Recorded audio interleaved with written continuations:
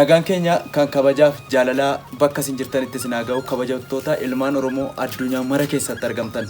Egaa daawwannaa qehee goototaatiin maatii goototaatiin har'a godina Jimmaa bakka addaa tokkotti argamna. Aanaa Dejoo bakka Garimma Guddaa jedhamutti argamna. Garimma Guddaa kun seenaa keessatti dirreen kun dirree akka Aduwaati jechuudha. Dirree ilmaan Oromoo baay'een itti wareegamanidha. Bakka Asan Garimmaa gootichi Oromoodhaaf dhaabbatee Oromoodhaaf lolee hedduun namoota hedduu waraana nafxanyoota hedduu irratti galaafatee ofii isaatiif immoo itti wareegame jechuudha. Bakki kun hamma maatii goota kanaa bira dhannee jirra. Ishee galatooma Faadil Abbaa Foggii Abbaa Gojjam jedhama yookiin immoo Faadil Nagaash Asan jedhama. Kanaaf keessumoonni keenya sadarkaa naadhaa fi godina irra dhuftan baay'ee guddaa isin galateeffadhaa ulfaadhaa seenaa dur dhokatee ture hadha immoo dhuftanii seenaa akaakayyuu kootii kana qorachuudhaaf argamuu keessaniif galatoomaa jechaa jechuudha. Hayyee mee isinii asaniif meeqaffaadha asan maal keessan? Akaakayyuu kooti jechuudha. Abbaa kootiiti. Alhamdulillah mootummaa Oromoo dhufee reefii ifa baay'ee nama jechuudha. Duraan nama bira akka jirra waan ta'eef seenaa kanas qoratee galmeessuudhaaf isin dandeenya waan ta'eef galanii Dooktar Abiyyi haa ta'u jecha. Kun kurraan dhabe. Akka warra dhageessan. Isin immoo gamee qataatu. Ana waggaa jaatama. Nu hariijuun quuqa. Seenaan kun seenaa dhokatu miti seenaan kan biyya biraan dubbatamu. Gisee seenaan biyya orma janqe biyya biraan dubbatamu nutti hin dhagahamu. Seenaan asan takkaan odeeffamne. Iyyitiin innaa dhumu biyya bitee fidaaf.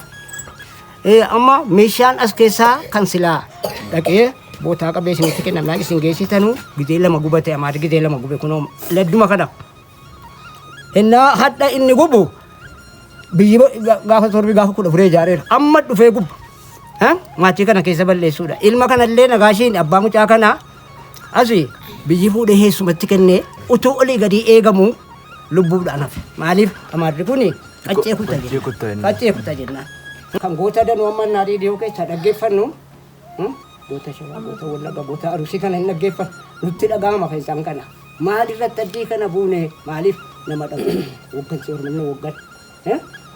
Amma Oromticha ala wagganuutu barbaadu.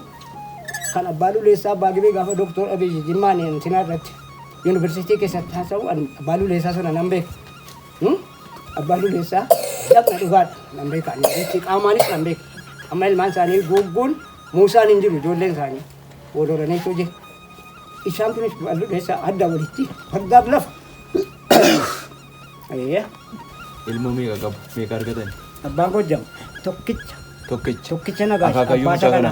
Abbaadha moo? Abbaasa kana. Abbaa kee? Abbaasa kana. Durbas hin qaban. Nagaash yookiin Abbaa Foggee.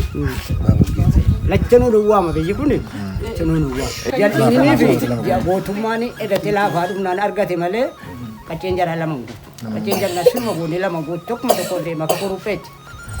Akaakayyuu irraa kaasee argataa abbaan bulguus abbaa duulaa abbaan bulguu abbaa duulaa argatan abbaan duulaa abbaa Gojjam argatan abbaan Gojjam Nagaashiin argatan Nagaash Faadiliin argate Faadilii fi mucaa san Ibrahimiin argatan. Ibrahimiin kana malee. Nagaash irratti lama guute malee amma